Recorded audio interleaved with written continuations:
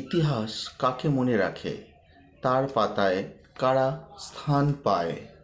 ইতিহাসের সোনার তরীতে স্থান স্বল্প ও সংকীর্ণ। সূক্ষ্ম বিচার করে তাতে যাত্রী তুলতে হয়। এ তরীতে আম জনতার স্থান নেই, তেমনি ধনী ও বিলাসীদেরও স্থান নেই।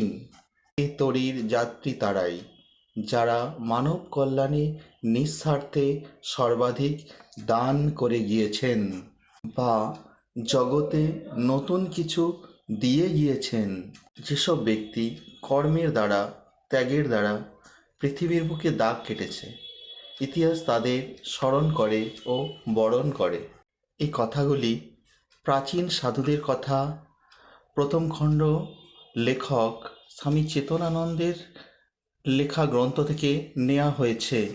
ধনী ও বিলাসীদের ইতিহাসের পাতায় নাম থাকে না। কেবল যারা ধনের পেছনে দৌড়ায়, ধন সম্পদ গচ্ছিত করতে সময় ব্যয় করে এবং বিলাস ব্যসন ভোগেই মত্ত, তাদের ইতিহাস মনে রাখে না।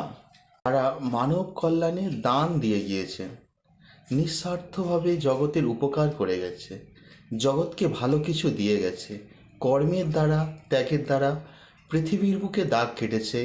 জগতের কল্যাণে যারা অবদান রেখে গেছে, জগৎ তাদের মনে রাখে, ইতিহাস তাদেরকে স্মরণ করে, বরণ করে, তাদেরকেই মনে রাখে।